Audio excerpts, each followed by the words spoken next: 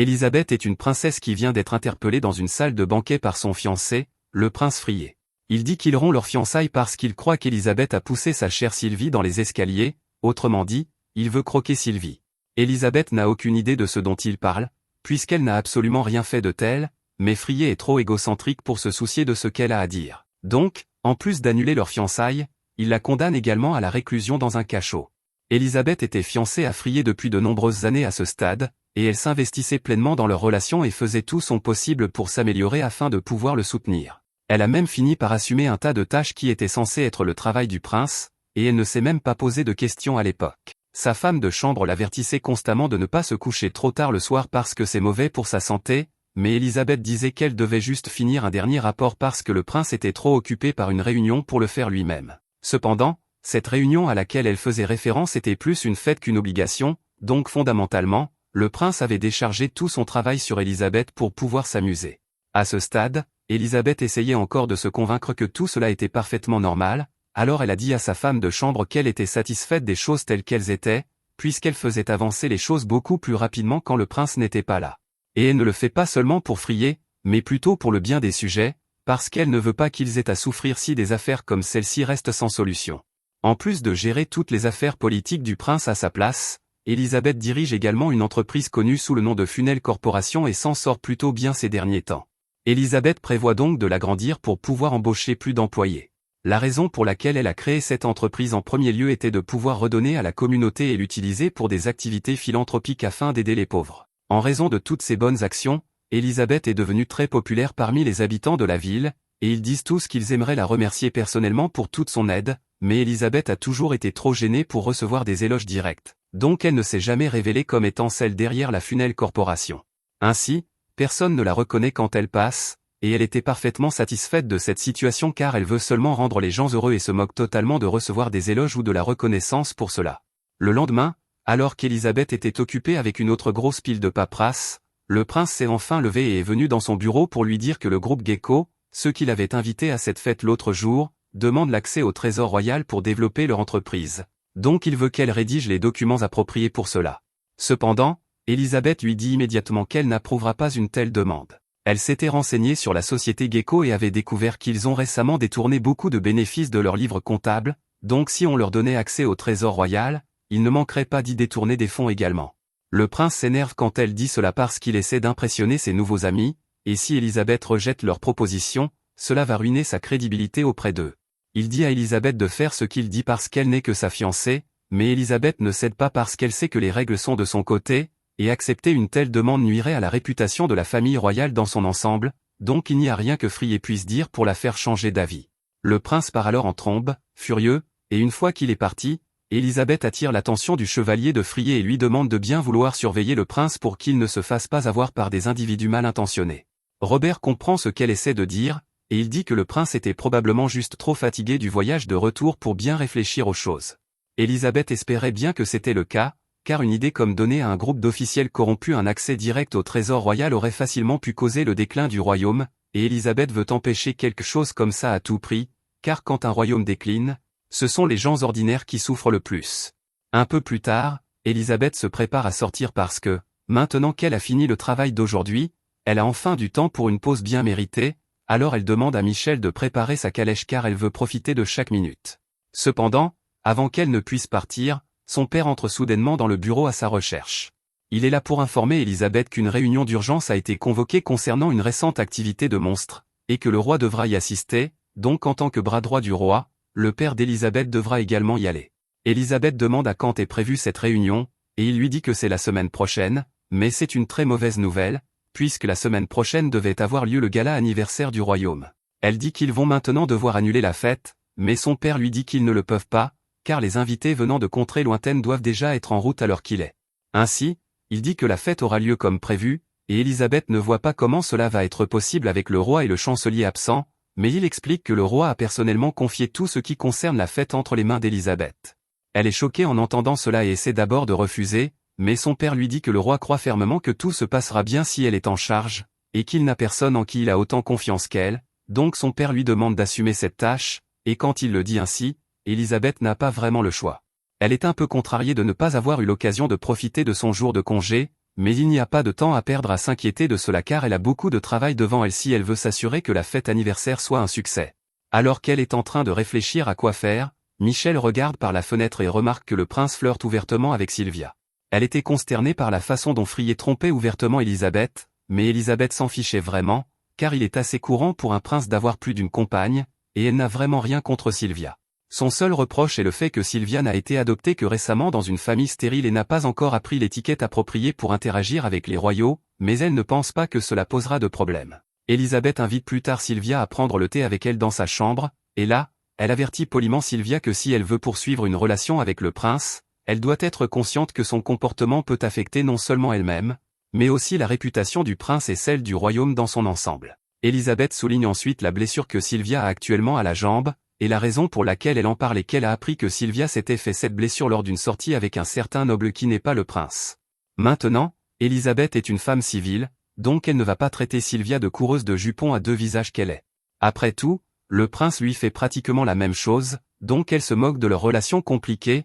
mais elle se soucie de l'image du royaume, donc elle dit à Sylvia de s'abstenir de tromper le prince à partir de maintenant. Sylvia baisse la tête et s'excuse, mais en quittant la chambre d'Elisabeth, elle a l'air visiblement furieuse qu'Elisabeth l'ait démasquée. À ce moment-là, le prince passait justement par là, donc Sylvia a eu une idée pour se venger d'Elisabeth et a décidé de jouer la victime devant le prince. Elle a fait couler les larmes et a fait semblant de tomber devant lui, et quand il lui a demandé ce qui s'était passé, elle a montré la blessure à sa cheville et a dit au prince qu'Elisabeth était celle qui lui avait fait ça, ce qui nous ramène au présent. Elisabeth essaie d'expliquer qu'elle n'a aucune idée de ce dont le prince parle, et cela mis à part, elle lui dit qu'il ne devrait pas faire une telle scène alors qu'ils ont des invités de divers royaumes présents aujourd'hui, mais le prince s'en moque complètement et ordonne qu'Elisabeth soit envoyée au cachot pour avoir tenté de tuer sa bien-aimée. Elisabeth ne comprend toujours pas ce qui se passe, et aucun des gardes non plus, mais comme Robert est le chevalier personnel du prince, il n'hésite pas à maîtriser Elisabeth. Alors qu'Elisabeth est forcée au sol, elle aperçoit le sourire sournois de Sylvia, et elle comprend immédiatement que Sylvia l'a délibérément piégée pour cela. À peu près tout le monde sait que ce qui se passe ici est complètement absurde, mais avec le roi et son père absents pour le moment, le prince a actuellement la plus haute autorité royale dans le château, donc aucun des gardes ne peut se permettre de s'opposer à ses ordres pour l'instant. Ainsi, Elisabeth accepte simplement d'aller au cachot en attendant. Plus tard, la nouvelle parvient au roi, et le père d'Elisabeth apprend ce qui s'est passé au royaume pendant leur absence, et le roi est absolument stupéfait de la sottise de son fils, car il n'aurait jamais imaginé qu'il jetterait Elisabeth, la femme la plus compétente du royaume, en prison pour rien. Il veut rentrer immédiatement pour libérer Elisabeth et réprimander son fils pour cela, mais c'est là que nous découvrons que le père d'Elisabeth se moque totalement d'elle, parce qu'il vient d'apprendre qu'elle a été emprisonnée injustement, et la première chose qu'il a faite a été de convaincre le roi qu'il n'était pas nécessaire de rentrer parce qu'il ne voulait pas perdre de temps avec Elisabeth. Donc il la laisse essentiellement se débrouiller toute seule, et le roi suit son avis parce qu'il suppose que son père saurait ce qui est le mieux pour sa fille. De retour au royaume, un mois s'écoule avec Elisabeth en prison, et elle avait d'abord espéré qu'elle pourrait enfin prendre une pause de toutes ses responsabilités pour une fois, mais même si le prince l'a enfermée, il a quand même réussi à lui imposer tout son travail administratif. Un peu plus tard, Michel descend pour voir Elisabeth en se cachant avec de la magie. Et pour s'assurer que personne ne soupçonne rien, Elisabeth utilise la magie d'hypnose pour assommer le garde. Elle demande alors à Michel ce qui se passe, car elle est sûre que la nouvelle a dû parvenir à son père et au roi, et elle s'attendait à ce qu'ils reviennent pour arranger tout cela, mais Michel informe Elisabeth que son père a en fait voté pour la laisser se débrouiller seule, et entendre cela touche une corde sensible chez Elisabeth parce que son père la laisse toujours gérer le sale boulot qu'il ne veut pas faire. Et les mauvaises nouvelles ne s'arrêtent pas là, car Michel mentionne également que le prince s'en est pris à son entreprise aussi. Il prétend que la Funel Corporation était dirigée par une traîtresse, et il veut maintenant remplacer tous les cadres choisis par Elisabeth par ses propres hommes de main. Elisabeth pense que c'est vraiment mauvais, car cet idiot va détruire l'entreprise et mettre le royaume dans une mauvaise position, mais Michel ne comprend pas pourquoi Elisabeth pense encore à ce qui est le mieux pour le royaume qui ne l'utilise que comme un outil pratique, même après tout ce qui lui est arrivé. Elisabeth convient qu'il est exaspérant de penser à ce que le prince et Sylvia lui ont fait, ou au fait que son propre père a refusé de venir l'aider, mais elle dit que tout cela n'est pas la faute du peuple, donc elle ne veut pas les laisser souffrir. Cependant, Michel a encore une chose à signaler et informe Elisabeth que le prince et son cercle proche ont répandu des rumeurs infondées, l'accusant d'avoir tenté d'assassiner Sylvia et de prendre le contrôle du pays, et même s'il n'a présenté aucune preuve de cela, les gens ont tous commencé à croire et à calomnier son nom, malgré tout le bien qu'elle a fait pour eux. Et ce fut la goutte d'eau pour Elisabeth, alors pour la première fois, elle dit « merde » et décide qu'elle ne va pas se casser le dos pour ce royaume une seconde de plus. Elle donne alors un coup de poing dans le mur pour évacuer sa frustration, et elle remercie Michel d'avoir ouvert ses yeux car elle comprend maintenant à quel point elle a été stupide. Elle aurait pu s'échapper d'ici à tout moment avec la puissance de ses sorts, donc elle dit à Michel qu'elles vont enfin quitter ce misérable royaume.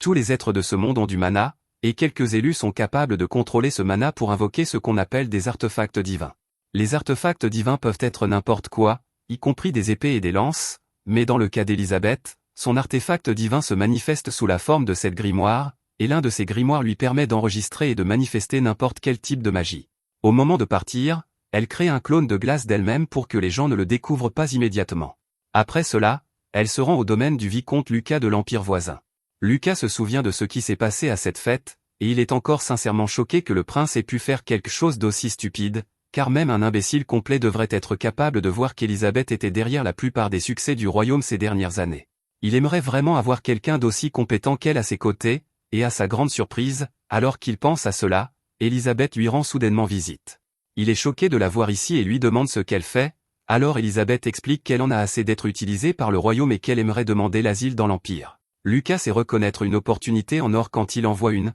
alors il accepte de la laisser rester dans l'Empire, mais il lui demande ce qu'elle compte faire pendant qu'elle est ici, et Élisabeth explique qu'elle va se venger en détruisant tout ce qu'elle a aidé à construire pour le royaume.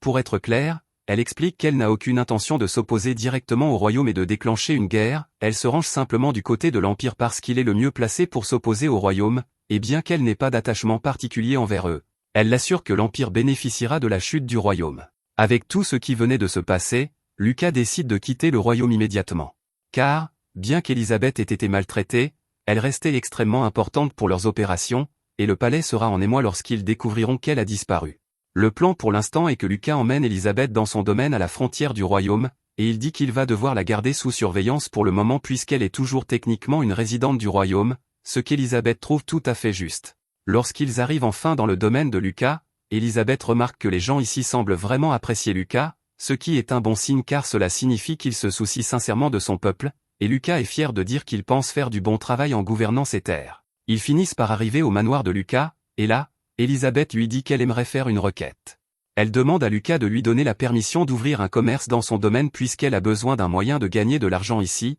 et Lucas n'est pas opposé à l'idée, mais ensuite Élisabeth lui demande un prêt de 100 pièces d'or pour l'aider à lancer son affaire puisque tout son argent a été saisi au royaume et qu'elle est actuellement complètement fauchée. Lucas hésite un peu car 100 pièces d'or, c'est beaucoup d'argent, mais Élisabeth l'assure qu'elle a l'intention de tout rembourser, et comme preuve de sa sincérité, elle sort même un contrat magique, un document qui oblige les utilisateurs à respecter ces termes, qu'ils le veuillent ou non. Il stipule essentiellement que dans un an, Élisabeth remboursera à Lucas le double de son investissement, et si elle échoue, elle se laissera vendre comme esclave pour couvrir les frais. Lucas pense qu'Ellie a dû devenir folle car il ne comprend pas pourquoi elle proposerait des conditions aussi désastreuses pour elle-même, mais elle dit que cela ne la dérange pas car elle sait pertinemment qu'elle pourra rembourser le prêt. Comme elle est si insistante, Lucas accepte de lui prêter l'argent, et la première chose qu'Ellie fait est d'acheter un vieux bâtiment délabré pour une pièce d'or. Elle dit que ce sera leur base d'opération à partir de maintenant, mais Marielle est un peu confuse quant à la raison pour laquelle elle achèterait un endroit comme celui-ci puisqu'il est pratiquement tombé en ruine. Ellie admet qu'il va probablement falloir beaucoup de travail pour remettre cet endroit en état, mais c'est le meilleur qu'elle ait pu trouver pour une pièce d'or, et elles doivent conserver autant de capital que possible. Quelques jours plus tard, Ellie et Marie ont toutes les deux fini de rénover le bâtiment, et Marie demande si Ellie prévoit de faire des cosmétiques le cœur de l'activité, comme elle le faisait avec son entreprise dans le royaume, et Ellie dit qu'elle prévoit de le faire éventuellement, mais pour l'instant, elles n'ont ni le capital ni la main-d'œuvre nécessaire pour fabriquer des produits qu'elles pourraient vendre à grande échelle aux nobles, c'est pourquoi le premier article qu'elle prévoit de mettre en vente est cette savonnette. Marielle regarde la savonnette et peut voir d'un coup d'œil qu'elle est de meilleure qualité que le savon qu'Ellie vendait dans le royaume, mais les marges bénéficiaires sont minces, donc elles ne pourront pas gagner beaucoup d'argent avec. Cependant, Ellie dit que gagner de l'argent avec le savon n'est pas son plan, le savon n'est qu'un tremplin pour lui permettre d'établir sa marque, donc elle est prête à essuyer une perte pour l'instant. Cependant, si elle veut s'imposer, elle va devoir se créer au moins quelques relations, et elle sait parfaitement par où commencer. Tout d'abord, elle se rend à l'église de Libru, et sur place, elle croise le grand prêtre. Elle explique qu'elle vient d'ouvrir une nouvelle entreprise, donc elle souhaite prier pour sa réussite ici, et le prêtre lui dit qu'elle est la bienvenue. Mais juste à ce moment-là, deux enfants entrent en courant joyeusement, ils sont venus dire au prêtre qu'ils ont gagné un peu plus d'argent aujourd'hui, et le prêtre les remercie pour leur dur travail, mais il dit qu'il est actuellement occupé à parler à quelqu'un, donc ils devront revenir plus tard. Les enfants comprennent et repartent en courant pour jouer un peu, et une fois qu'ils sont partis, le prêtre explique à Ellie qu'il gère l'orphelinat d'à côté et que c'était quelques-uns des enfants dont il s'occupe. Ellie dit que le prêtre doit faire du très bon travail car ses enfants semblent vraiment bien pris en charge, et le prêtre dit qu'il fait de son mieux, mais il admet que c'est un peu difficile pour lui car gérer un orphelinat est plutôt coûteux, et bien qu'il ait voulu tenir les enfants à l'écart de cela, ils ont découvert qu'il avait des difficultés financières et se sont portés volontaires pour arracher les mauvaises herbes autour de la ville afin de gagner un peu d'argent pour soutenir l'orphelinat. Il a l'impression d'avoir échoué envers les enfants car des enfants de leur âge ne devraient pas avoir à travailler, mais Ellie l'assure que les enfants apprécient ce qu'il a fait pour eux. En fait, elle dit qu'elle aimerait faire un petit don à l'orphelinat, mais quand elle tend 5 pièces d'or au prêtre, il lui dit qu'il ne peut pas accepter une telle somme. Ellie insiste sur le fait que ce n'est pas un problème pour elle car elle le voit comme un investissement, après tout, ses enfants deviendront un jour ses futurs clients, il est donc dans son intérêt de s'assurer qu'ils sont bien pris en charge maintenant. Après cela, Ellie rentre chez elle, et quand elle arrive, elle retrouve Marielle, qui a passé toute la journée à distribuer une partie de leur savon aux femmes de chambre des nobles afin de se constituer une clientèle, et comme prévu, en 3 mois, leurs ventes ont commencé à croître régulièrement, et elles ont pu se diversifier dans d'autres produits cosmétiques comme des lotions et des shampoings, donc elles ont gagné une somme d'argent décente. Ellie a également pris l'habitude de donner de l'argent à l'orphelinat de temps en temps, donc elle demande à Marielle de livrer le don de ce mois-ci pour elle, et une fois cela fait, elle et Marielle partent déjeuner ensemble. Ellie est contente que leur entreprise se soit développée récemment, mais elle est sûre que leurs concurrents ne sont pas très heureux de cela, donc elle demande à Marielle si la compagnie Gaz a déjà entrepris des actions contre elle. Elle dit qu'ils sont restés plutôt silencieux pour l'instant, donc Ellie lui demande de continuer à les surveiller, et elle rappelle également à Marielle d'être particulièrement prudente pour ne pas laisser fuir la formule du savon car, tant qu'elles ne se seront pas solidement établies, ce savon est leur bouée de sauvetage. Elle mentionne également, à propos, que la formule secrète du savon est cachée dans leur coffre-fort dans la boutique, le tout à portée d'oreille de ce type qui travaille justement pour la compagnie Gaz. Pendant ce temps, à la compagnie Gaz est absolument furieux que la société commerciale qu'Ellie a lancée lui vole de plus en plus de clients chaque jour qui passe. Son assistant tente de le rassurer en lui disant que ce n'est pas grave car la société commerciale n'est encore qu'une petite entreprise et qu'elle n'a pas une clientèle très large, mais Gaz sait que la société commerciale doit délibérément limiter sa production pour pouvoir sélectionner ses clients, et par ce moyen, ils ont systématiquement volé tous les bons clients de Gaz, ne lui laissant que les clients difficiles qui ne cessent de se plaindre. Si cela continue, Gaz va perdre encore plus d'argent à cause d'eux dans les années à venir, mais comme ils ont construit leur clientèle avec des nobles influents,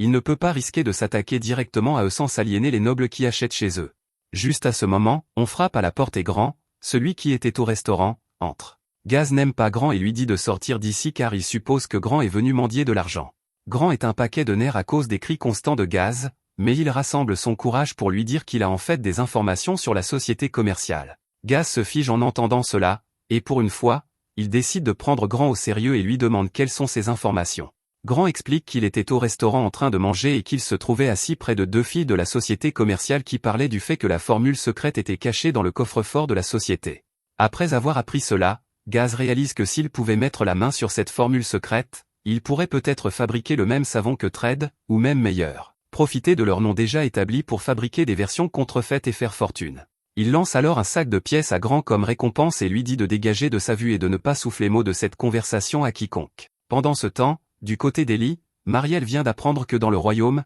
elle a été qualifiée de traîtresse et qu'une prime a été mise sur sa tête, et pour aggraver les choses, c'est son propre père qui a pris l'initiative de porter plainte contre elle alors qu'il savait parfaitement que tout ce dont le prince l'accusait était complètement faux. Le fait que son propre père soit prêt à la vendre aussi facilement juste pour couvrir l'incompétence du prince fait mal, mais elle ne peut pas se laisser distraire par ses actions, surtout lorsqu'elles sont en plein milieu de leur plan de vengeance contre le royaume. Quelques instants plus tard, on frappe à la porte, et quand Marielle ouvre, elle se retrouve face à une femme nommée Hildegard, qui dit qu'elle est ici au nom du service juridique de la guilde marchande pour enquêter sur une affaire troublante. Ellie reste calme et demande à Hildegard ce qu'elle lui veut, alors Hildegard explique qu'il y a eu des rapports faisant état de savon d'Ellie causant de graves éruptions cutanées et des plaies chez les clients, elle souhaiterait donc placer Ellie en garde à vue pour pouvoir aller au fond des choses. Marielle pense que ces accusations sont bidons car il est impossible que leur savon provoque une telle réaction, mais Ellie dit qu'il est inutile de discuter et accepte d'accompagner Hildegard pour être interrogée car elle sait qu'elle n'a rien à cacher. Un peu plus tard, Ellie est assise dans la salle d'interrogatoire avec Hildegard,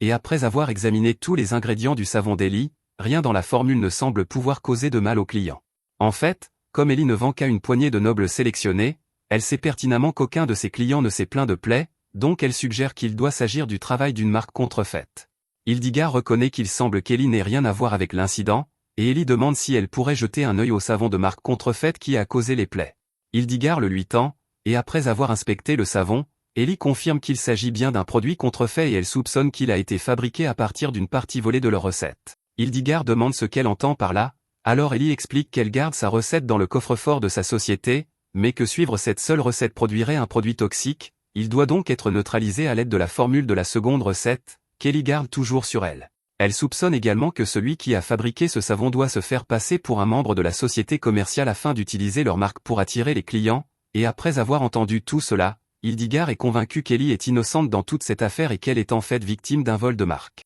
Elle décide alors de lancer une enquête pour retrouver le vendeur de ce savon, et il ne lui faut pas longtemps pour remonter la piste jusqu'à Gaz. Lorsqu'il voit le service juridique de la guilde débarquer, il réalise que c'est fini pour lui, mais même après avoir été amené pour interrogatoire et confronté à Ellie, qui exige une compensation pour les dommages que Gaz a causés à sa marque avec son savon contrefait, il reste suffisant et lui dit qu'il ne paiera pas un centime de compensation car les agents d'exécution de la guilde n'ont pas l'autorité de le forcer à payer une telle chose. Si elle veut vraiment réclamer une compensation, sa meilleure chance serait d'obtenir qu'un prêtre de l'église de Libru agisse comme juge, mais il n'y a aucune chance qu'elle puisse convaincre l'un d'eux de se déranger pour régler une affaire aussi insignifiante. Cependant, malheureusement pour Gaz, Ellie se trouve justement être une bonne amie de l'un de ses prêtres, et dès qu'il a appris ce qui s'était passé, il est immédiatement venu pour aider et statuer en faveur d'Ellie, exigeant que Gaz paie une compensation pour ses péchés. En conséquence, Gaz est contraint de céder les droits de gestion, l'équipement et les actifs de sa société, ce qui est, par coïncidence,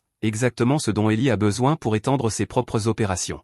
Ellie dit à Gazu qu'en guise de paiement, elle prendra tous les droits commerciaux, les droits de gestion et les biens personnels de Gazu commercial, ainsi que tous les outils, matériaux et ouvriers de l'entreprise. Gazu s'assoit, se sentant vaincu. Artie entre dans la pièce et dit à Ellie qu'elle est désolée pour tous les problèmes qu'ils ont causés, mais Ellie lui dit que ce n'était pas de sa faute, c'était plutôt la guilde des marchands qui était en faute, et elle n'a aucune raison d'avoir honte. Artie dit à Ellie qu'elle veut parler d'une autre chose, elle dit qu'il y a un homme qui a trompé Gazu pour qu'il vole la formule du savon, et son nom est Grance Carlton. Il était le comptable de Gazu commercial, mais Artie n'avait pas assez de preuves pour le confronter à ce sujet. Ellie comprend et lui dit que maintenant que Traté a repris Gazu commercial, Grance est désormais l'un de ses propres ouvriers. Ellie demande à Artie de la laisser gérer cette affaire elle-même. Ellie demande à Muriel s'il vient, et elle dit qu'elle l'a déjà fait appeler. Grance entre dans la pièce et dit qu'il est désolé, mais Ellie lui dit de passer les politesses puisqu'il sait déjà ce qu'elle va dire, et Grance est d'accord. Ellie tend un sac à Grance et lui dit qu'il a fait du bon travail, et que c'est sa récompense.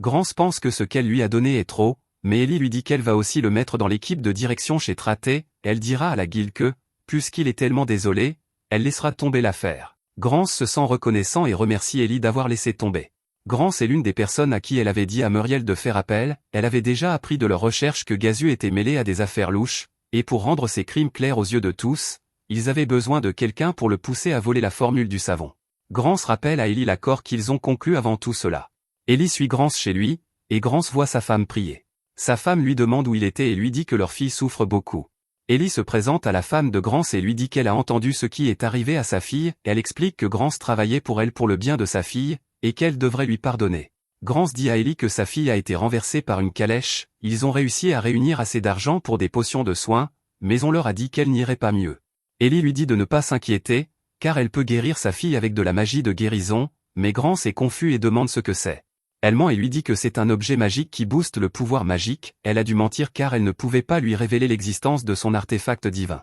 Le pouvoir du grimoire de Bélial est d'enregistrer la magie, et il a enregistré une puissante magie de guérison de l'archevêque du royaume, donc avec lui, même elle peut utiliser de puissants sorts de guérison. Ellie lance le sort soin, et une lumière verte enveloppe la fille de Grance, qui commence à se réveiller. Grance et sa femme ressentent une profonde gratitude envers Ellie et ne savent pas comment la rembourser, mais Ellie lui dit qu'elle n'a fait que ce qu'elle avait promis dans leur accord, donc il ne devrait pas s'en faire, elle lui demande de garder ce qui s'est passé secret car elle ne peut utiliser cette magie qu'en de rares occasions. Voilà pour Gazu et les derniers détails à régler. Ils ont déjà établi une route de livraison avec une grande entreprise et gagné de nombreux clients fidèles. Lucas est étonné de voir comment Ellie a transformé 100 pièces d'or en autant d'argent, mais Ellie lui dit qu'elle avait déjà dit qu'elle lui rapporterait d'énormes profits. Lucas dit à Ellie qu'elle est libre de gérer son affaire n'importe où dans la capitale ou à travers l'Empire, il a entendu dire qu'elle est recherchée dans le royaume, mais il n'a aucune raison de penser que le royaume l'a envoyée dans le cadre d'un plan, et Ellie est reconnaissante de sa compréhension. Ellie dit à Muriel que Lucas leur a accordé des droits de voyage gratuits,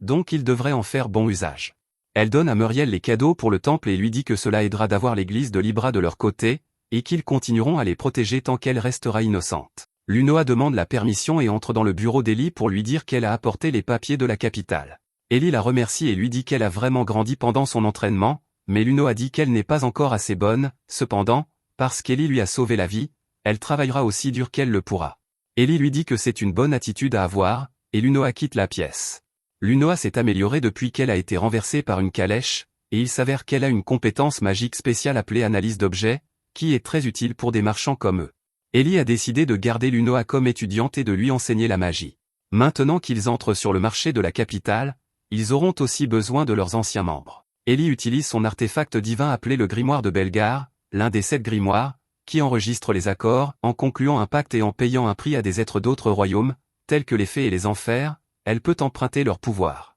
Ellie prononce un sort et offre une pièce d'argent, et des oiseaux blancs apparaissent, Ellie leur dit qu'elle compte sur eux. Ellie dit à Muriel qu'ils sont compétents dans leur travail, et elle est sûre qu'ils se rassembleront rapidement. Une fois prêt, le groupe se dirigera vers la capitale. Au cours des 6 mois suivants, Traité Commercial a racheté de nombreuses entreprises et a beaucoup grandi. Ellie décide de s'étendre dans la capitale, et elle laisse Grance responsable en tant que directeur adjoint pendant son absence, elle est sûre qu'il est plus que capable d'assumer son rôle, et elle compte sur lui. Elle dit aussi à Stua d'aider Grance en tant qu'assistant, et Stua accepte. La saison sociale des nobles approche, et Lunoa ne peut pas encore participer aux événements, mais la capitale est le cœur de la nation, donc Ellie dit à Lunoa d'étudier dur. Lunoa remarque que la route est devenue chaoteuse, et Ellie dit à Muriel de faire attention. Lunoa demande à Ellie pourquoi elle devrait faire attention, puis une flèche est tirée vers Lunoa, Ellie l'écarte du chemin. Ellie explique que les tronçons de route comme celui-ci ne sont pas souvent patrouillés par l'armée locale, donc on y rencontre souvent des bandits. Ellie dit à Muriel de s'occuper de Lunoa,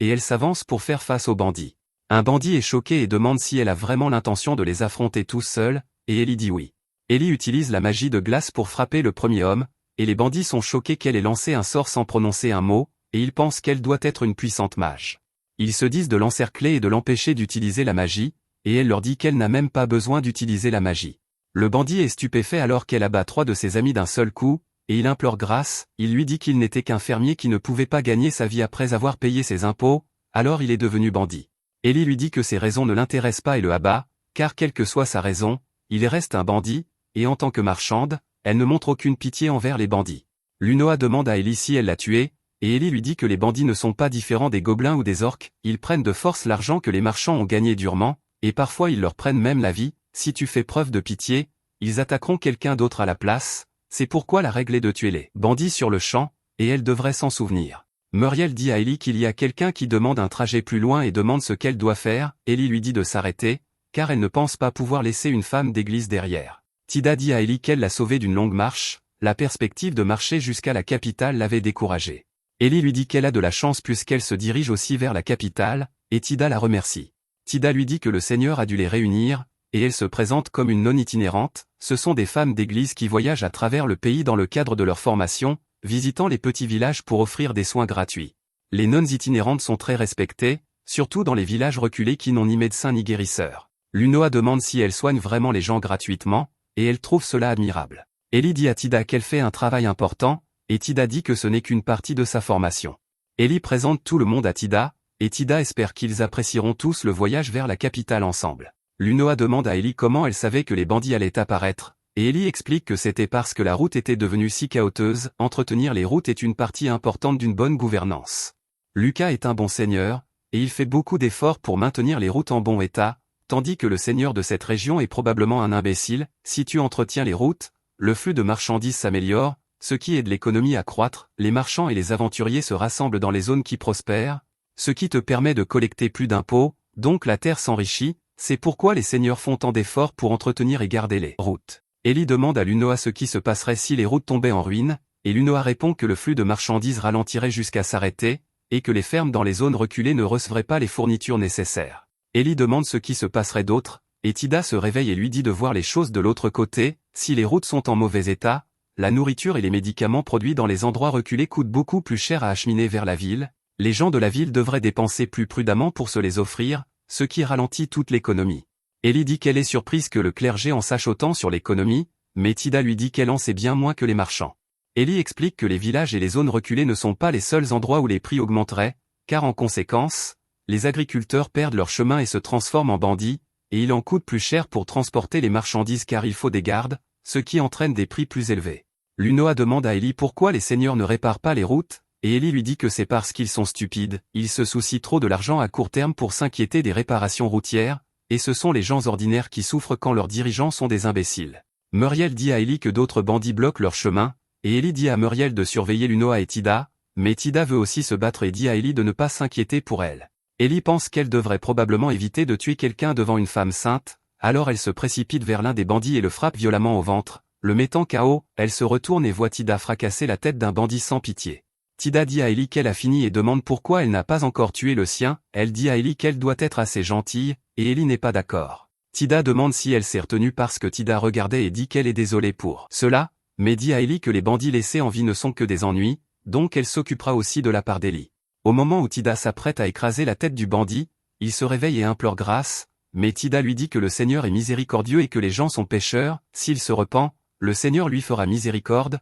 mais les bandits ne sont pas comptés comme des gens pour elle, donc ils ne méritent pas la miséricorde du Seigneur, et elle le tue. Ellie se demande si elle devrait reconsidérer sa vision du clergé. Tida montre à Ellie qu'elle a trouvé une dent en or et qu'ils peuvent la vendre pour un bon prix, Ellie dit à Tida de laver d'abord le sang, car si Lunoa a la voix couverte de sang, elle sera terrifiée. Au manoir, le majordome de Fred lui dit de réfléchir à nouveau à son projet de distribuer des repas dans les bidonvilles et lui demande pourquoi il veut apporter de l'aide à des gens qui peuvent à peine survivre au jour le jour, quel mal y aurait-il à gagner leur gratitude? Le majordome lui demande s'il a lu les rapports budgétaires, et Fred dit oui. Le majordome explique que distribuer des repas de manière aussi imprudente videra les caisses du royaume. Fred lui dit de ne pas être idiot, car Elisabeth avait l'habitude de nourrir les pauvres chaque semaine, mais le majordome lui dit qu'elle payait de sa poche, et que Elisabeth n'a jamais utilisé le trésor national pour autre chose que des plans soumis au trône. De plus, Elisabeth trouvait du travail pour les pauvres, les aidant à construire une vie stable. Aider les pauvres ne signifie pas seulement distribuer de la nourriture. Fred s'énerve et lui dit d'annuler,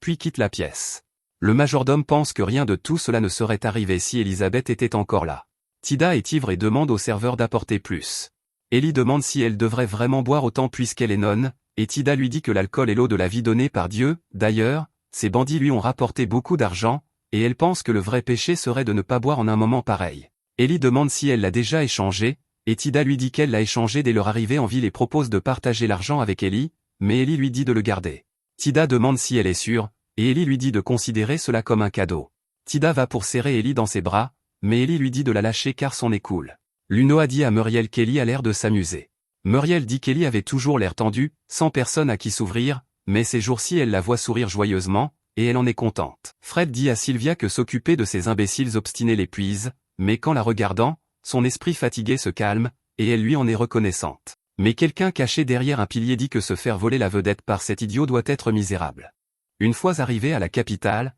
Ellie, Muriel et Lunoa se dirigent directement vers une auberge, car elles ont besoin d'un endroit où rester en attendant de pouvoir s'installer dans la capitale. Lunoa est émerveillée par le luxe de l'auberge qu'elles ont choisi. Ellie lui dit qu'elle aussi va loger ici et que sa chambre est juste à côté de celle-ci, mais Lunoa lui dit qu'il n'est pas nécessaire de payer une chambre aussi chère à cause d'elle, elle serait parfaitement à l'aise dans une auberge moins chère, mais Ellie lui explique qu'elle doit garder son image à l'esprit. On ne sait jamais qui pourrait les observer à tout moment, et comme elles vont bientôt commencer leurs opérations dans la capitale, elle ne voudrait pas que les gens les méprisent. Parce qu'elles ont séjourné dans une auberge bon marché. Lunoa dit qu'elle comprend, et quelques minutes plus tard, un homme nommé Arnold se présente et dit qu'il est ravi de revoir Ellie après si longtemps. Ellie est tout aussi ravie de le voir. Lunoa est un peu perplexe, car elle ne sait pas qui est cet homme, alors Muriel explique qu'Arnold était autrefois un élément clé de la gestion de son entreprise dans le royaume. Il dit qu'il a déjà trouvé des emplacements prometteurs pour l'entreprise et la résidence d'Ellie, et qu'il a organisé une visite dès demain si elle le souhaite. Ellie est surprise, car elle ne sait pas comment Arnold a su préparer tout cela alors qu'elle ne lui avait jamais dit qu'ils étaient arrivés aujourd'hui, mais c'est précisément cette efficacité qui fait qu'Ellie l'apprécie autant. Elle remercie Arnold pour son travail acharné et lui dit qu'elle se rendra dès demain matin aux emplacements qu'il a choisis pour inspecter les biens. Le lendemain matin, Ellie et Arnold se rendent aux propriétés et, après avoir choisi un manoir, on montre à Ellie un bâtiment qu'Arnold pense être parfait pour son atelier, bien qu'il soit un peu au-dessus de son budget. Ellie dit que cela ne la dérange pas de dépasser un peu le budget pour cela, car elle ne sait pas si elle trouvera une aussi bonne offre plus tard. Elle dit alors aux agents immobiliers qu'elle souhaite acheter l'endroit, et pendant qu'ils y sont, Arnold suggère qu'il devrait probablement faire quelques rénovations dans l'atelier, ce qu'Ellie approuve. Elle décide de confier à Arnold la responsabilité des rénovations du local commercial, et il promet également de faire préparer son manoir dans quelques jours, mais en attendant, Ellie et les autres devront continuer à séjourner à l'auberge. Après le départ d'Arnold, Muriel mentionne à Ellie qu'elle aimerait embaucher plus de personnel. Ellie pense qu'il est un peu trop tôt pour embaucher du personnel pour l'entreprise, puisqu'elles n'ont même pas encore ouvert la boutique, mais ce n'est pas de cela que parlait Muriel. Elle voulait en fait embaucher une autre femme de chambre pour Ellie, car une fois que l'entreprise commencera à se développer, il sera difficile pour Muriel d'être constamment aux côtés d'Ellie. Ellie est d'accord et dit qu'elle pourrait essayer d'embaucher via la guilde des marchands, mais Muriel ne pense pas que ce soit une bonne idée d'embaucher un parfait inconnu, car Ellie est toujours une réfugiée du royaume, et si la mauvaise personne venait à la prendre, cela pourrait être désastreux. Pour s'assurer que leurs nouvelles recrues ne finissent pas par divulguer leurs secrets, Muriel suggère d'acheter un esclave pour servir d'assistante à Ellie, car les esclaves sont liés par des sceaux qui les empêchent de désobéir aux ordres de leur maître. Il existe deux principaux types d'esclaves, soit des personnes devenues esclaves en raison d'un casier judiciaire, soit des personnes devenues esclaves à cause d'une dette impayée, mais Ellie ne se soucie pas vraiment du type qu'elle obtiendra, elle décide donc de se rendre sur un marché aux esclaves demain. Cependant, elle ne trouve aucun candidat convenable dans le premier endroit où elle va, car tous les esclaves y sont malnutris et faibles en raison des conditions dans lesquelles le marchand les a maintenus. Lunoa semble particulièrement secouée par ce qu'elle vient de voir, et Ellie comprend pourquoi elle se sent ainsi. Elle dit à Lunoa que ce n'est pas grave si elle ne s'y habitue jamais, mais qu'elle doit faire face à la réalité que le monde fonctionne ainsi et apprendre à gérer cela. Elle décide ensuite de se rendre chez un autre marchand d'esclaves, et à leur grande surprise, cet endroit semble bien plus dynamique que le précédent. Il y a même un esclave qui balaie devant la porte, et il a l'air plutôt heureux dans l'ensemble. Quand il remarque Ellie et les autres, il les accueille à la Cédric Commercial Firm et leur demande s'il peut faire quelque chose pour elle. Muriel l'informe qu'elles sont venues pour acheter un esclave, et le garçon comprend, alors il leur dit d'entrer. Ellie se souvient avoir déjà entendu le nom de Cédric, car son entreprise a été surnommée l'entreprise de l'éducateur. Lunoa ne sait pas de quoi Ellie parle, alors Ellie explique que le conseil de la guilde marchande impériale est une organisation vitale au sein de l'Empire, car il gère les affaires de gouvernance nationale, ce qui lui confère un pouvoir considérable dans l'Empire, et l'un des 7 membres du conseil est un marchand d'esclaves connu sous le nom d'éducateur, qui fournit des esclaves à la cour impériale.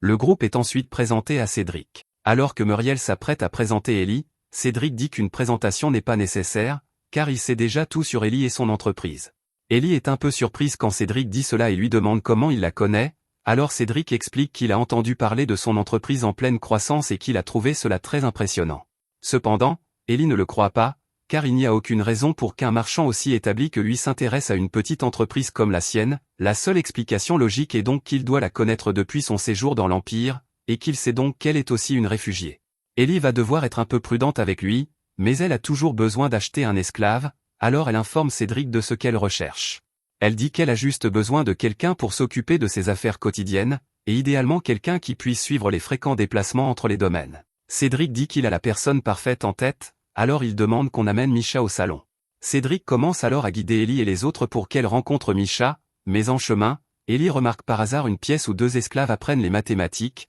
et elle est surprise par ce spectacle, alors Cédric explique que tous ces esclaves reçoivent une éducation de base, certains reçoivent un entraînement aux arts martiaux, une formation culinaire, ou à peu près tout ce dans quoi ils sont doués. Ellie est impressionnée par la différence avec les autres marchands d'esclaves. Cédric sait bien que d'autres marchands essaient de réduire les coûts en minimisant les dépenses pour chaque esclave, mais lui préfère une approche axée sur la qualité et donne aux esclaves tout ce dont ils ont besoin pour se développer, même si cela signifie que ces esclaves sont plus chers que ceux que l'on trouve sur les autres marchés. Ellie pense que le prix en vaut la peine. On les amène ensuite pour rencontrer Misha, et Cédric les prévient que c'est la première fois que Misha rencontre des clients, elle pourrait donc être un peu nerveuse, mais les cassants sont très physiquement capables, elle devrait donc pouvoir suivre les déplacements d'Ellie, même si elle ne fera probablement pas la meilleure garde du corps. Ellie semble satisfaite de Misha, elle dit qu'elle aimerait signer le contrat avec elle, et Cédric est ravi de l'entendre. Pour finaliser l'accord, Ellie pose sa main sur l'emblème d'esclave pendant que Cédric lance le sort pour transférer la propriété de Misha à Ellie.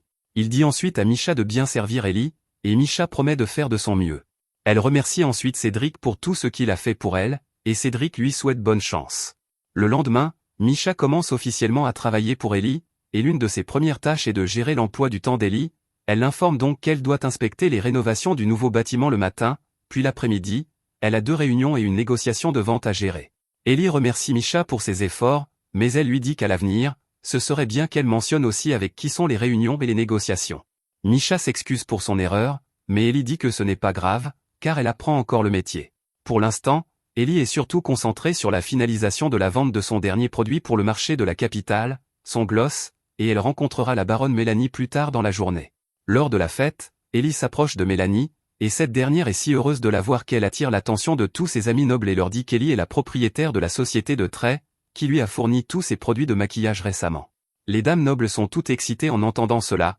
car elles ont personnellement vu l'efficacité des produits, elles commencent donc à demander à Ellie comment elles peuvent en acheter. Ellie les informe qu'elle prévoit d'ouvrir bientôt une boutique dans la capitale, mais qu'elle sera pour l'instant réservée aux membres, car sa capacité de production est limitée. Ellie dit que puisque c'est Mélanie qui les a présentées, elle veillera à ce qu'elles obtiennent tout un abonnement prioritaire. Cela rend les dames nobles encore plus excitées qu'avant, ce qui est exactement ce qu'Ellie espérait, car en réalité, elle a la capacité de produire autant de cosmétiques qu'elle le souhaite, mais en faisant croire que l'offre est limitée, son abonnement de maquillage deviendra une sorte de symbole de statut, le rendant encore plus précieux aux yeux de la noblesse. De plus, en accordant l'abonnement à celle que Mélanie a présentée, elles sont maintenant redevables à Mélanie, ce qui la ravit à coup sûr, et la relation d'Ellie avec Mélanie ne pourra que s'améliorer considérablement. Pour profiter de l'élan, Ellie offre à Mélanie le nouveau gloss qu'elle a fabriqué, et Mélanie adore absolument la couleur. Cela donne envie à toutes les autres d'en avoir aussi, alors Ellie leur dit que si elles le souhaitent, elles peuvent acheter un ensemble dans sa boutique lors de l'ouverture officielle, ce qui garantit maintenant qu'Ellie aura une foule de clients qui l'attendront pour la grande ouverture. Après la fin de la fête, Ellie et Muriel rentrent à pied quand elles entendent soudain une agitation dans une ruelle. Normalement, elles ne s'en seraient pas souciées, mais elles entendent alors une voix qui ressemble étrangement à celle de Tida. Il s'avère que Tida a été acculée par un groupe d'hommes dans une ruelle, et ils l'accusent de les avoir escroqués de leur argent, ils exigent qu'elle le leur rende, mais Tida dit qu'ils n'ont pas de preuve qu'elle trichait, donc elle ne leur donnera pas un sou. Ils l'attaquent alors, mais Tida parvient à les repousser, et le dernier homme est mis hors d'état par une balle de glace d'Ellie. Ellie est contente de voir que Tida n'est pas blessée, mais elle lui demande pourquoi ces hommes la poursuivaient, et Tida fait une gaffe en admettant qu'elle trichait vraiment. Ellie demande à Tida si elle pense vraiment qu'il était approprié d'aller jouer alors qu'elle avait dit qu'elle serait prudente, mais avant qu'Ellie ne puisse la réprimander, Tida invente une excuse et s'enfuit. Pendant ce temps, de retour dans le royaume, le père d'Ellie a convoqué Rosaria à une réunion car les affaires internes du royaume sont en plein désarroi en raison d'un manque de politique mise en œuvre. Rosaria n'est pas trop surprise,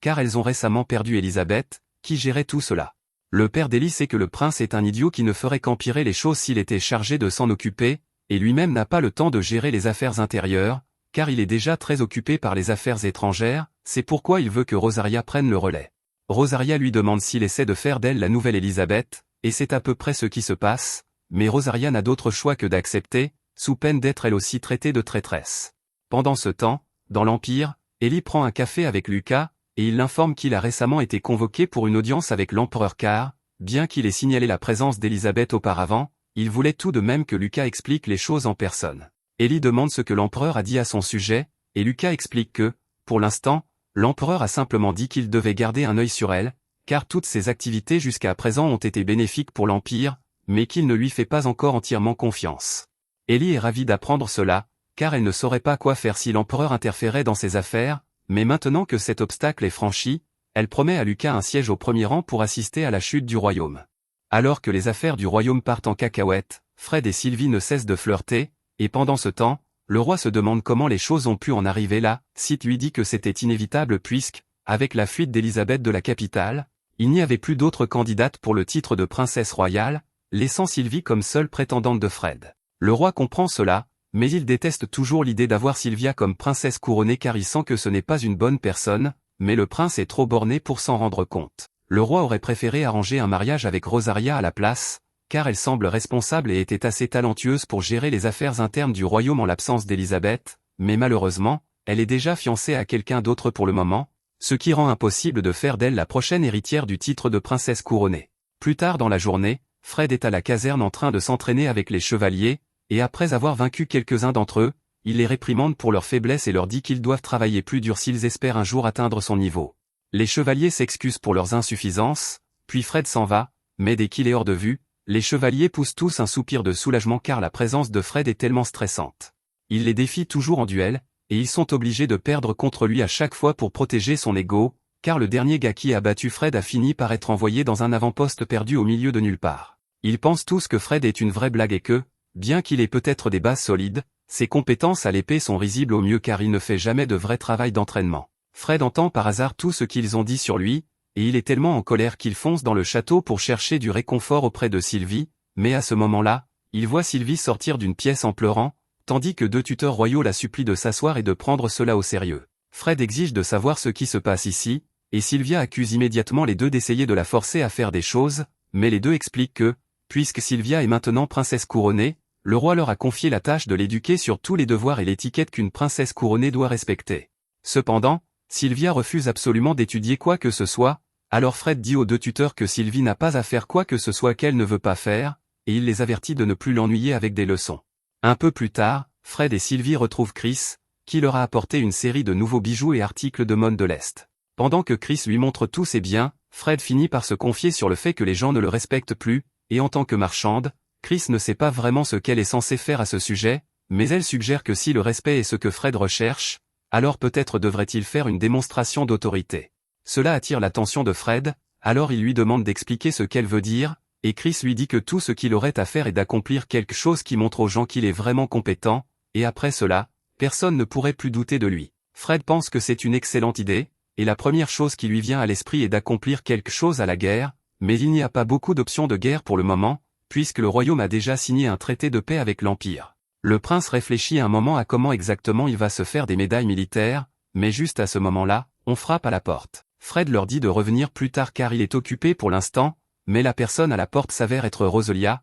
et elle sait pertinemment que le cul de Fred ne fait rien d'important, alors elle entre quand même. Elle est honnêtement impressionnée par l'audace de Fred d'avoir amené une marchande au château pour acheter des cadeaux pour Sylvie alors que tout le monde au château essaie activement de réparer tout ce qu'il a foiré. En l'entendant l'appeler un fouteur de merde, Fred s'énerve et dit à Rosalia qu'elle ne peut pas lui parler comme ça parce qu'il est le prince héritier, mais Rosalia rétorque en le traitant d'échec absolu, puisque la seule valeur qu'il a est le fait qu'il a eu la chance de naître dans la famille royale. Elle se tourne ensuite pour regarder attentivement Sylvie, et elle est surprise que quelqu'un d'aussi compétent qu'Elisabeth ait été détrôné par quelqu'un d'aussi médiocre que Sylvie, mais elle précise que, bien qu'elle ait accepté de faire le travail pour maintenir le royaume en marche, elle ne va pas laisser ce qui est arrivé à Elisabeth lui arriver. D'une part, la famille de Rosalia possède la plus grande armée du royaume, donc même le roi n'oserait pas se faire des ennemis de sa famille sans raison, et son père tient vraiment à elle aussi, donc l'accusé de faux crime ne fonctionnera pas. Rosalia dépose ensuite une pile de papier sur la table devant Fred, et il est confus car il ne comprend pas ce que c'est censé être, mais Rosalia explique qu'elle a rassemblé une liste de tâches que même quelqu'un d'aussi incompétent que lui devrait être capable d'accomplir. Littéralement, tout ce qu'il a à faire est de signer les documents et de les lui rendre, alors Rosalia lui demande d'essayer de ne pas foutre en l'air ça. Fred est outré que Rosalia ose lui parler de cette façon, et il ouvre alors l'un des documents qu'elle a apporté et voit qu'il s'agit d'un formulaire d'autorisation pour envoyer du soutien à l'un de leurs États vassaux. Il s'énerve encore plus parce qu'il ne pense pas que les États vassaux méritent un quelconque soutien de sa part, mais juste à ce moment-là, il a une idée, ce qui n'est pas une bonne chose, et il décide d'utiliser les États vassaux pour se faire des médailles. Pendant ce temps, dans l'Empire, Elisabeth est en train de planifier le nouveau système de transport portuaire pour son entreprise, et avec un peu d'aide d'une carte qu'elle a obtenue de Lucas, elle trouve l'emplacement parfait. Elle demande ensuite à Misha quel est son programme pour aujourd'hui, et Misha l'informe qu'elle a une réunion avec la société commerciale Burn cet après-midi, et le soir, elle a un dîner d'affaires avec le vicomte. Ellie remercie Misha pour son travail acharné, mais Misha a en fait une question qu'elle aimerait poser, elle se demande pourquoi Ellie rencontre la société commerciale Burn,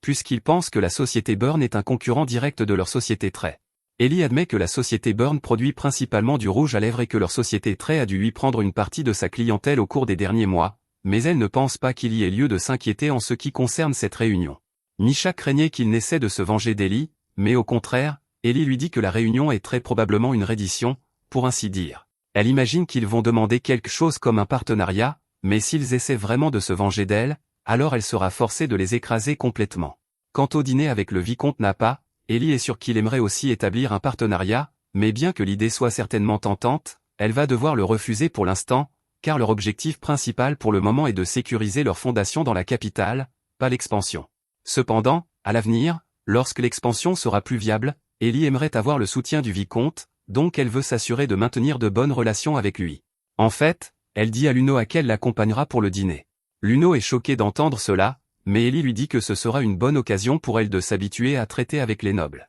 Quelques instants plus tard, Arnold se précipite dans la pièce et dit qu'il a de terribles nouvelles. Il l'informe que Sargi, un état vassal du royaume de Haldoria, vient de déclarer la guerre à l'Empire, et cette nouvelle est un choc énorme pour Ellie, car elle sait que Sargi est un état pauvre en ressources dont la principale source de revenus est le tourisme, donc cela n'a aucun sens pour eux de déclarer la guerre parce que la guerre n'est pas vraiment bonne pour le tourisme. Arnold mentionne également que Sargi a déjà commencé son invasion, et normalement Ellie s'en ficherait, car il n'y a aucun moyen que Sargi puisse faire de réels dégâts à l'Empire, mais le vrai problème est le fait que si Sargi attaque maintenant, le village où Ellie avait prévu d'établir un port de fabrication serait en plein sur leur chemin. Ellie ne peut pas laisser cela arriver, alors elle demande à Arnold s'il y a une forteresse dans la vallée de Brechamp près du village, et il confirme qu'il y en a une, et selon ses estimations, il y a environ 500 soldats stationnés là-bas, mais en revanche, les troupes de Sargi sont au nombre d'environ 1500, ce qui signifie que la forteresse est largement en infériorité numérique. Cependant, s'il s'accroche, il devrait pouvoir tenir quelques jours jusqu'à l'arrivée des renforts.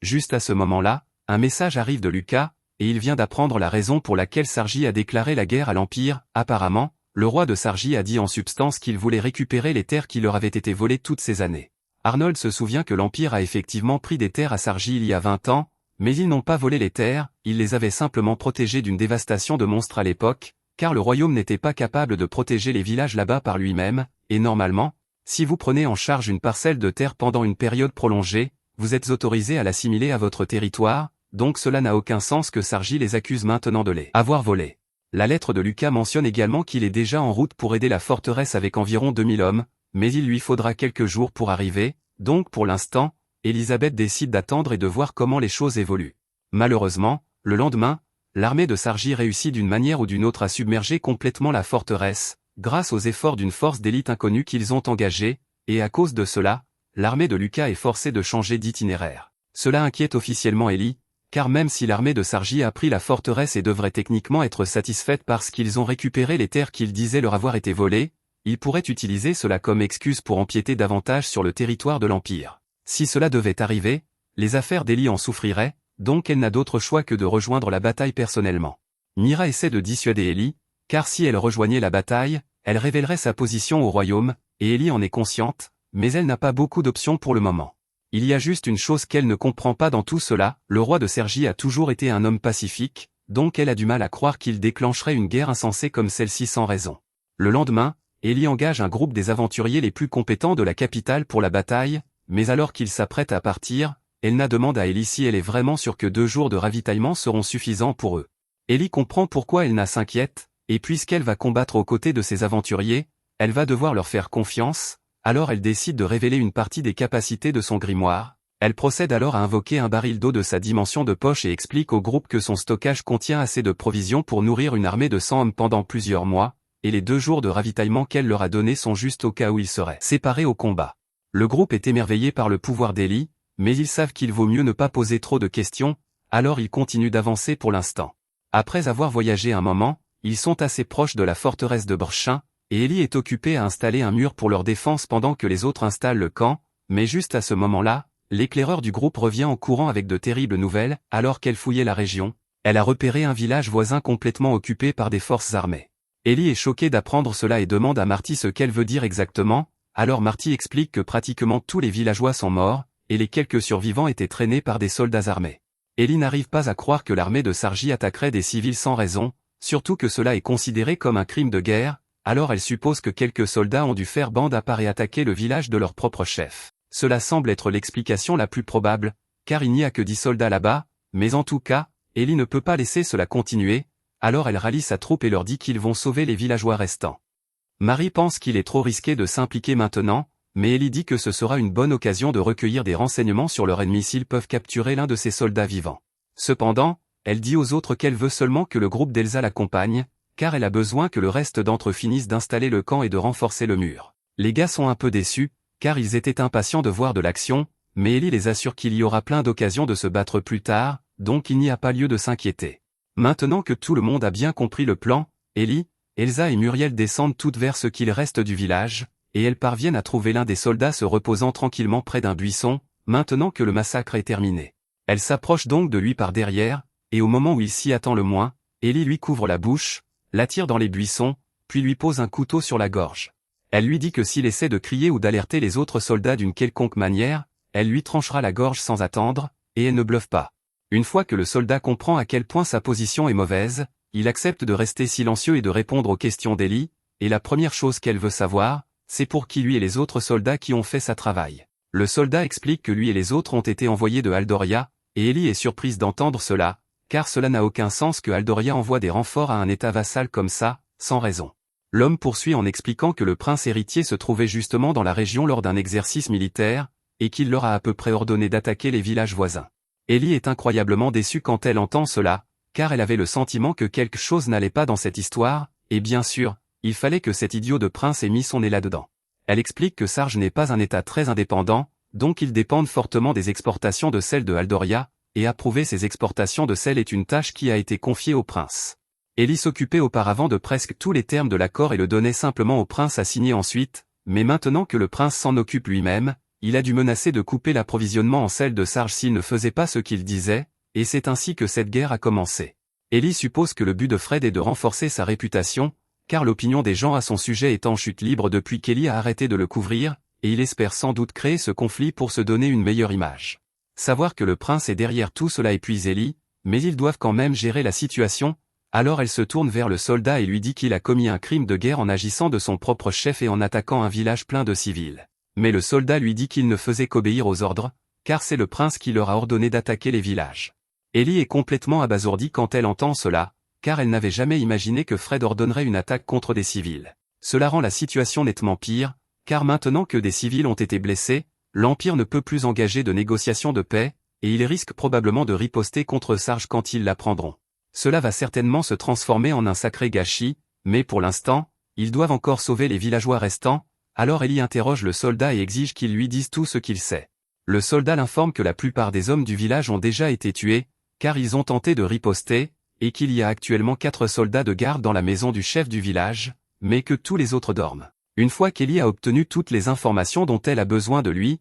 elle tranche la gorge du soldat et se prépare à faire de même avec le reste des pillards. Pendant ce temps, dans la maison du chef du village, le chef de la troupe tient actuellement la fille du chef en otage et menace de lui faire des choses indicibles devant le chef, juste pour le plaisir. Mais avant que quoi que ce soit puisse arriver, Ellie défonce la porte et se débarrasse rapidement des autres soldats à l'intérieur, ne laissant que le chef en vie. Elle lui dit qu'elle va lui proposer un marché et lui promet qu'elle ne le tuera pas, à condition qu'il lui dise tout ce qu'il sait sur les renforts envoyés par Aldoria. Le soldat est soulagé quand il entend qu'Ellie va l'épargner, mais ensuite Ellie le poignarde à la main et lui dit que les seuls mots qu'elle veut entendre sortir de sa bouche sont des renseignements sur la force combattante du royaume. Le soldat lui dit que tous les soldats de Sarge se trouvent au sud, tandis que les renforts de mercenaires d'élite envoyés par Aldoria sont au nord. Ellie lui demande d'où vient cette force d'élite, mais le soldat dit qu'il ne sait pas, car il n'a jamais bien vu leur visage. Il a dit à Ellie tout ce qu'il sait, alors il lui demande si elle va l'épargner maintenant, et Ellie confirme qu'elle ne va pas le tuer, puisqu'elle l'a promis, mais elle ne peut pas garantir que les survivants du village vont le laisser s'en tirer aussi facilement,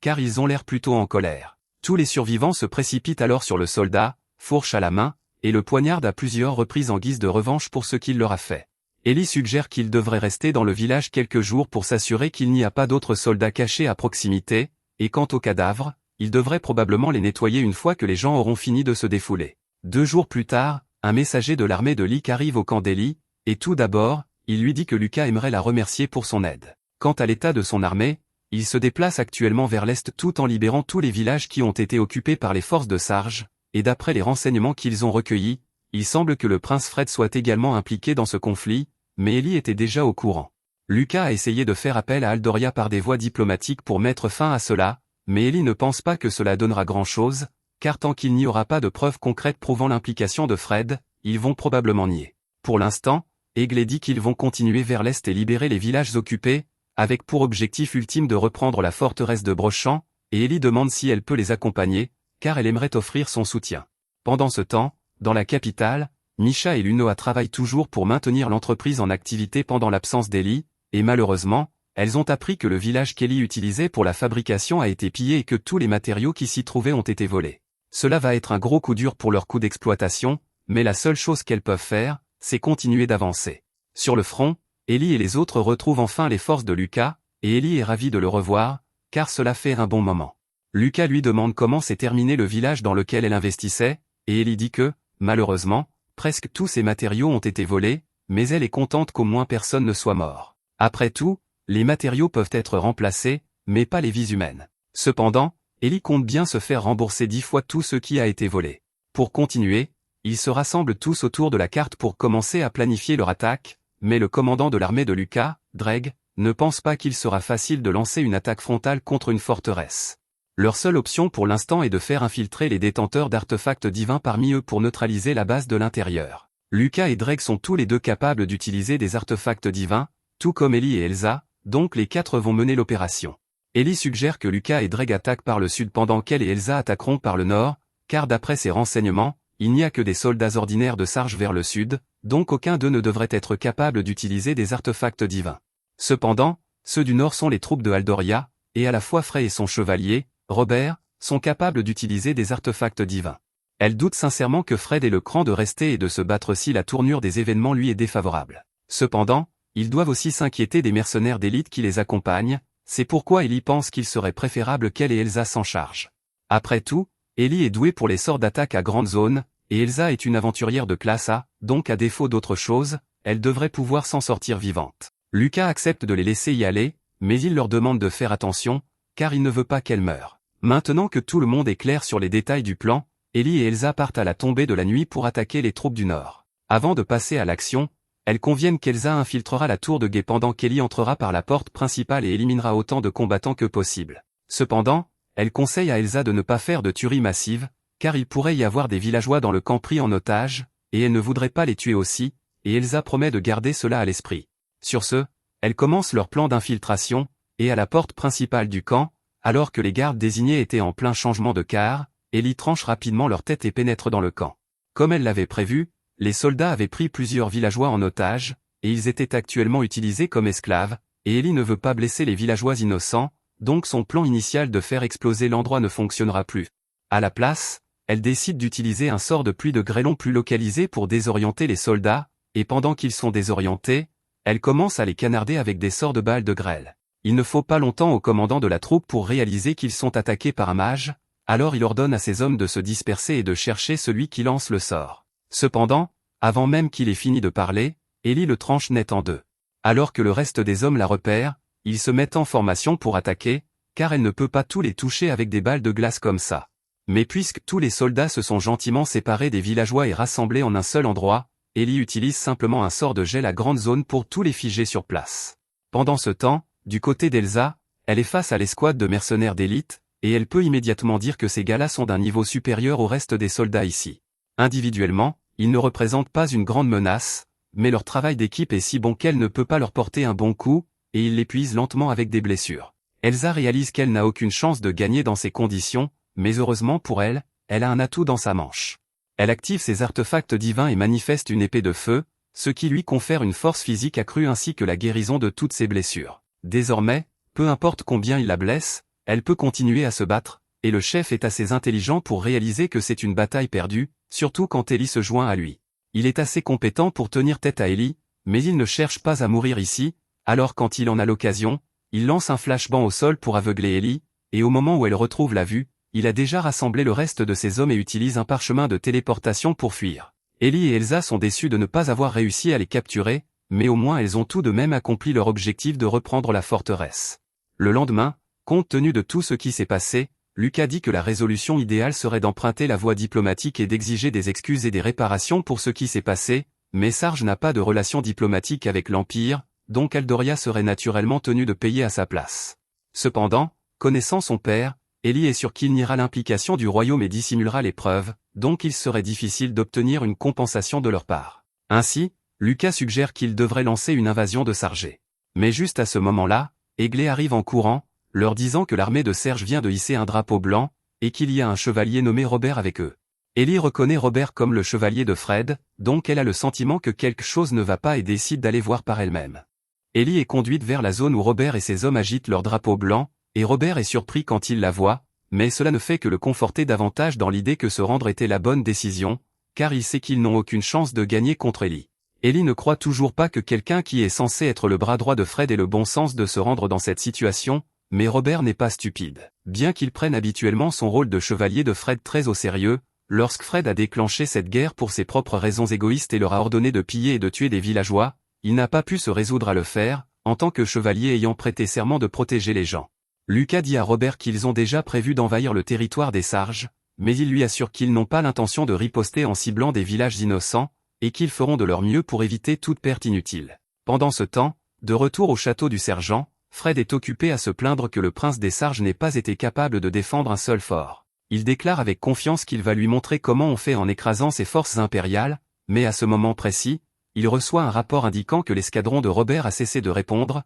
et soudainement, cette confiance s'évapore. Il se lève immédiatement et dit qu'il retourne à Aldoria, et le prince Grint n'en croit pas ses oreilles, car il est impossible que Fred ait réellement l'intention de les abandonner après avoir provoqué toute cette guerre. Mais Fred n'a aucune honte et fait comme s'il n'avait absolument rien à voir avec cette guerre, et il menace d'exterminer personnellement la famille de Grint s'il essaie de l'entraîner dans sa chute. Après cela, Fred et le reste de ses chevaliers laissent Grint gérer le gâchis qu'il a créé. Au cours des jours suivants, l'invasion du royaume des Sarges par Élie et Lucas se déroule sans encombre, en grande partie grâce aux renseignements que Robert a accepté de partager avec eux. Maintenant, il ne reste plus qu'à capturer la capitale, et si les défenses du château sont telles que Robert les a décrites, Lucas doute qu'il puisse opposer une résistance bien solide. Robert a clairement l'air très conflicté à propos de tout cela, mais Élie l'assure qu'il fait ce qu'il faut, car il a peut-être juré fidélité à Fred, mais Fred a clairement tort dans cette affaire, il est donc de son devoir en tant que chevalier et ami de l'aider à retrouver le droit chemin. En entendant cela, Robert se sent beaucoup mieux, alors il remercie Élie pour ses paroles gentilles, et Lucas lui dit également que,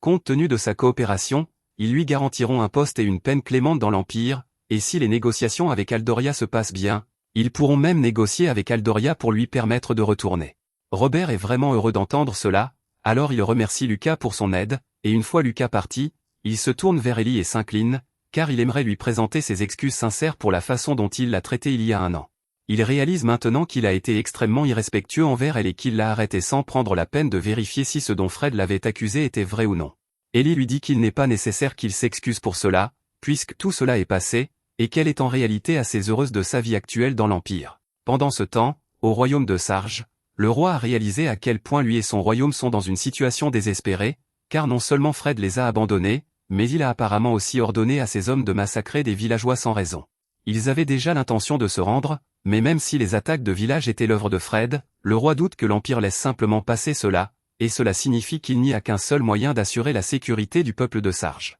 Grint réalise à quoi son père fait référence, et bien que cela lui fasse très mal, il convient qu'il n'y a pas d'autre moyen. Son père s'excuse auprès de lui d'être un roi si médiocre et d'avoir laissé une telle chose arriver, puis il sort un couteau et se plante dans la gorge pour expier. Cela laisse Grint accablé de chagrin, mais il n'y a plus rien à faire maintenant, alors, en tant que nouveau roi de Sarge, Grint entame des négociations de paix. Plus tard, alors qu'Élie et Lucas planifient la prochaine phase de l'invasion pour capturer la capitale, ils reçoivent un message indiquant que le château vient de hisser un drapeau blanc et que le prince Grint est en route pour mener des négociations de paix. Une fois Grint arrivé, il salue Lucas et lui dit qu'il est là parce que Sarge aimerait se rendre sans condition à l'Empire, et Lucas accepte la reddition, mais il fait remarquer que le peuple de l'Empire a beaucoup souffert à cause de cette guerre, alors il veut savoir comment Sarge compte exactement compenser cela. À cet effet, Grint sort une boîte et montre à Élie et Lucas la tête tranchée de l'ancien roi, expliquant que le roi s'est suicidé pour expier ce qu'ils ont fait, laissant Grint comme nouveau roi, et Grint est prêt à leur donner aussi sa tête. Tout ce qu'il demande,